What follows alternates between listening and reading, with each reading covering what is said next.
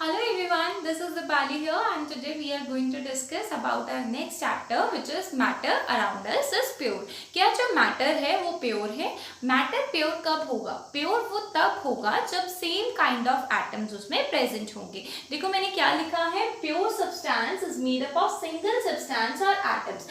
It means अगर मैं चीनी की बात करूँ तो चीनी में क्या होंगे, same type of atom होंगे. अगर मैं सॉल्ट की बात करूँ तो उसमें सेम टाइप ऑफ एटम्स होंगे. तो अगर कोई एटम में कोई सब्सटेंस में कोई इम्प्योरिटी नहीं है तो हम उसे बोलेंगे that is a pure substance. पानी की बात करूँ तो पानी क्या है हमारा, प्योर सब्सटेंस. अब वो इम्प्योर कब होगा, जब हम उसमें सॉल्ट ऐड कर देंगे या कोई और चीज ऐड कर देंगे, then it will become impure. तो प्योर सब्सटेंस कौन से होते हैं, which are made up of only single type of atoms, right. It may be sugar, it may be salt, but उसमें कोई इम्प्योरिटी नहीं होनी चाहिए. जैसे कि दाल है, अगर दाल के अंदर मैं कुछ मिला देती हूँ, कुछ पत्थर ऐड हो जाते हैं तो वो हो जाएगा हमारा इम्प्योर. तो वो चीजें रहेंगी इम्प्योर सब्सटेंस, और प्योर सब्सटेंस वो रहेगा जिसमें सिर्फ और सिर्फ same kind of atoms present है, राइट. तो क्या प्योर सब्सटेंस के टाइप्स हैं? प्योर सब्सटेंस के दो टाइप्स हैं, one is element and second is compound, right. तो एलिमेंट्स क्या है, एलिमेंट्स वो होते हैं जिनमें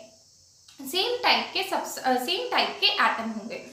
अब ये एलिमेंट नेचर में 118 पाए जाते हैं और ये जो एलिमेंट होंगे वो 3 टाइप्स में पाए जाएंगे, solid, liquids and gases, right. Solid, liquids and gases का मतलब ये है कि एलिमेंट सॉलिड भी हो सकते हैं, लिक्विड भी हो सकते हैं और गैसेस भी हो सकते हैं. जो सॉलिड एलिमेंट्स होंगे, जैसे कि हम गोल्ड डालते हैं, सिल्वर डालते हैं, ये क्या है, सॉलिड एलिमेंट्स है जिन्हें हम सॉलिड शेप दे सकते हैं, राइट. ओरिजिनली अगर मैं बात करूँ तो ये लिक्विड फॉर्म में पाए जाते हैं, जो सॉलिड है, राइट. जो हमारा गोल्ड है वो लिक्विड फॉर्म में पाया जाता है, बट हम इसे क्या करते हैं, कुछ इम्प्योरिटीज डाल के हम इसे किसमें सॉलिडिफाई कर देते हैं, हम इसे एक शेप दे सकते हैं. बट अगर हम ओरिजिनली बात करें कि रियलिटी में जो कुछ एलिमेंट्स होंगे जैसे कॉपर, सिल्वर, गोल्ड, ये चीजें हैं, ये सॉलिड में भी पाई जा सकती हैं, ठीक है. उसके बाद लिक्विड्स की बात करें तो लिक्विड्स जो रहते हैं वो होंगे लिक्विड्स एलिमेंट, यानी आपके ब्रोमीन, मर्करी, ये क्या है, लिक्विड्स एलिमेंट्स है. इनका मतलब क्या है बेसिकली, यानी अगर मैं बात करूँ तुम्हारे मर्करी की तो मर्करी के सेम एलिमेंट्स होंगे, यानी सेम आपके एटम्स होंगे, राइट. अगर मैं बात करूं कॉपर की तो कॉपर के या सिल्वर की, this is copper, sorry, this is copper, this is your gold and this is silver, right. तो उनके सेम एटम होंगे, यानी एक जैसे दिखने वाले एटम्स होंगे, इसीलिए हम इसे प्योर सब्सटेंस में डालते हैं. तो सॉलिड के एटम्स एक जैसे दिखाई देंगे, अगर सिल्वर का है तो सिल्वर जैसा ही एक एटम सिल्वर का है और दूसरा भी सिल्वर का है तो वो सिमिलर होंगे, ठीक है. गैशियस की अगर हम बात करें तो गैशियस जो रहेंगे वो आपकी gases, hydrogen, oxygen, nitrogen, this is nitrogen, oxygen and hydrogen, इनके पास भी सेम काइंड ऑफ एटम्स रहेंगे, इसीलिए हम बोल रहे हैं इन्हें क्या, pure substance. It means elements are called pure substance, okay. अब बात करते हैं हम कंपाउंड्स की. क्या कंपाउंड्स भी प्योर सब्सटेंस है? यस, कंपाउंड्स भी प्योर सब्सटेंस है, बट एक क्वेश्चन अराइज होता है, कंपाउंड तो ऐसे नहीं बनता, दो एलिमेंट्स को मिला के नहीं कंपाउंड बनता. अगर आपको पता है कंपाउंड, तो कंपाउंड क्या है, compound is made up of more than 2 elements और made up of 2 elements, right. तो 2 एलिमेंट्स जब आपस में आकर जुड़ते हैं तो क्या करते हैं, क्या बनाते हैं, वो कंपाउंड बना देते हैं. तो वो कैसे प्योर हो सकते हैं, देखो अगर मैं नमक की बात करूं तो नमक क्या है, salt, right. NaCl, sodium chloride. तो ये जो सोडियम क्लोराइड है इसकी कॉम्पोजिशन हमेशा सेम रहेगी.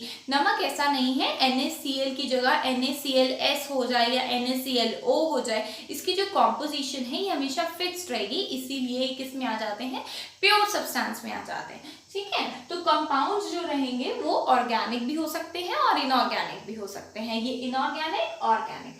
इनऑर्गेनिक का मतलब ही ये है, ध्यान से सुनना इसको, इनऑर्गेनिक का मतलब ही ये होता है जो चीजें नॉन लिविंग चीजों से मिलती हैं. यानी अगर मैं बात करूं ऐसे सब्सटेंसेस जो इनऑर्गेनिक चीज़ों से, इनऑर्गेनिक का मतलब नॉन लिविंग चीज़ों से हमें मिल रही हैं, अगर मुझे एक शैम्पू बनाना है तो मैं वो शैम्पू अगर इंडस्ट्रीज में कुछ केमिकल्स यूज़ करके वो शैम्पू बना रही हूँ तो वो क्या होगा, इनऑर्गेनिक। बट अगर वही शैम्पू जो नेचर से चीज़ें आई हैं, जैसे रीठा है, आंवला है, इन सारी चीज़ों को के एक्सट्रैक्ट्स निकाल के मैं कोई प्रोडक्ट बना रही हूँ तो वो क्या होगा, ऑर्गेनिक। तो ऑर्गेनिक और इनऑर्गेनिक कंपाउंड्स वो कंपाउंड्स होते हैं जिनके अंदर आप बोल सकते हैं कि वो प्योर सब्सटेंस हो सकते हैं, बट इनऑर्गेनिक जो रहेंगे वो नॉन लिविंग सोर्सेज से मिलेंगे। यानी इनऑर्गेनिक सब्सटेंसेस वो रहेंगे जो कि इनऑर्गेनिक सोर्सेज रहेंगे, जैसे कि रॉक से मिल सकते हैं, मिनरल से मिल सकते हैं। ठीक है, जो रॉक से कोई सब्सटेंस आ रहा है वो भी प्योर सब्सटेंस हो सकता है, बट वो नॉन लिविंग उसका सोर्स है, यानी वो जिंदा सोर्स नहीं है।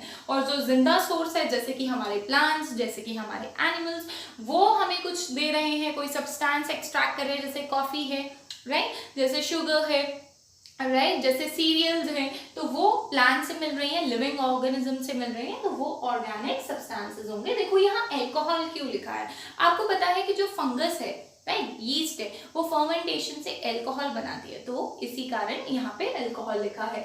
एसिटिक एसिड, बहुत सारे ऐसे बैक्टीरियाज होते हैं जो कि एसिटिक एसिड फॉर्म करते हैं। तो बेसिकली कौन प्रोड्यूस कर रहा है प्योर सब्सटेंस, लिविंग ऑर्गेनिज्म।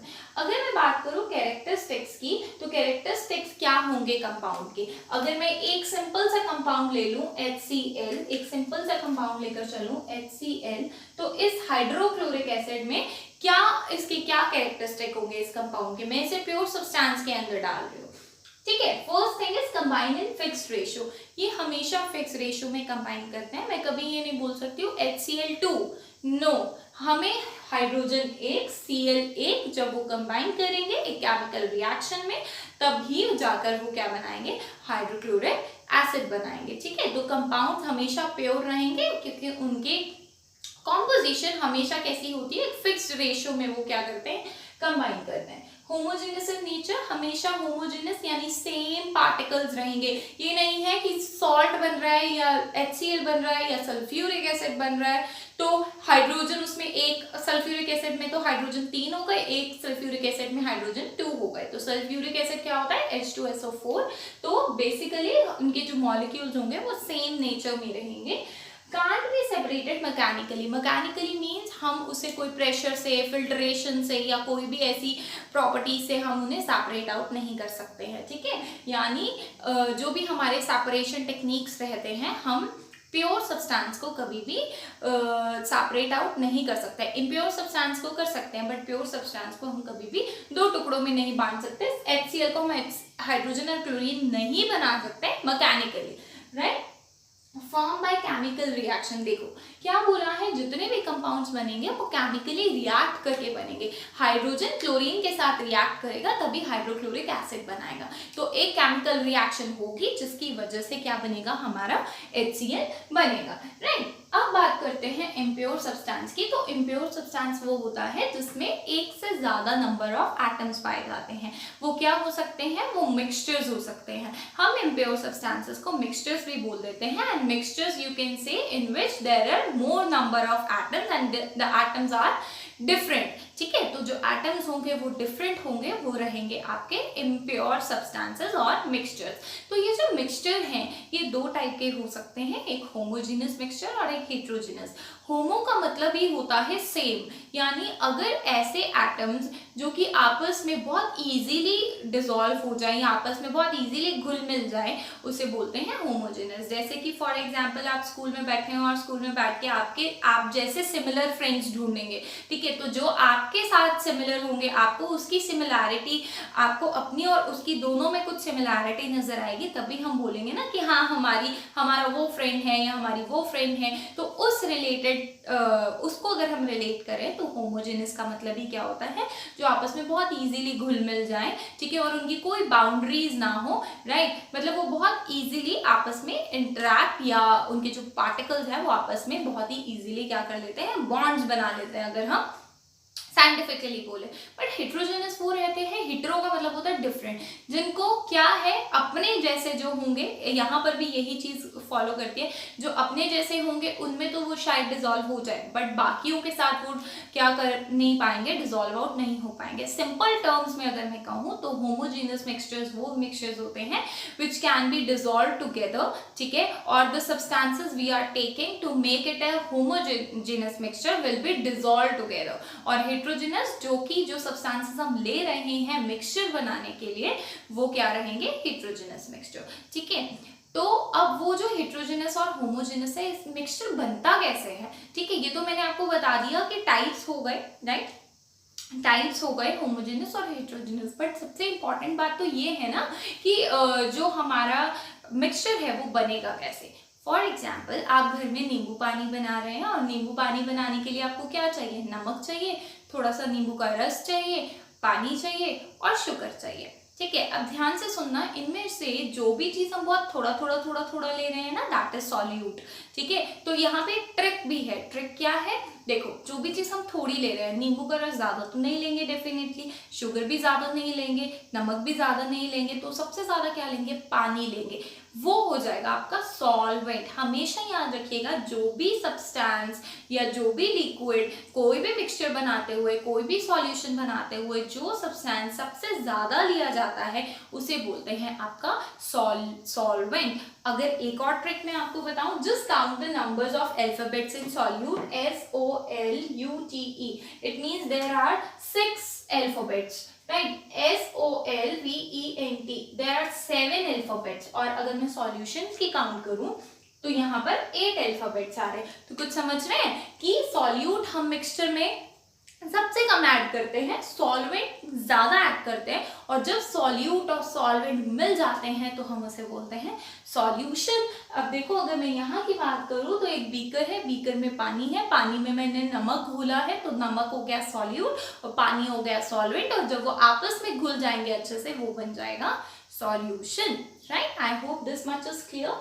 तो सॉल्यूट, सॉल्वेंट, सॉल्यूशन, अगर कोई इनकी प्रॉपर्टी पूछ लें तो solute are always taken in less amount to form a solution, solvent is taken in greater amount और larger amount, and it is that substance in which a solute has to be dissolved, जिसमें हम solute को mix करना चाहते हैं। और solution, the mixture of solute and solvent, जब हम सॉल्यूट और सॉल्वेंट को अच्छे से मिक्स कर देंगे then we are having solution, right? So this is your solute, solvent and solution.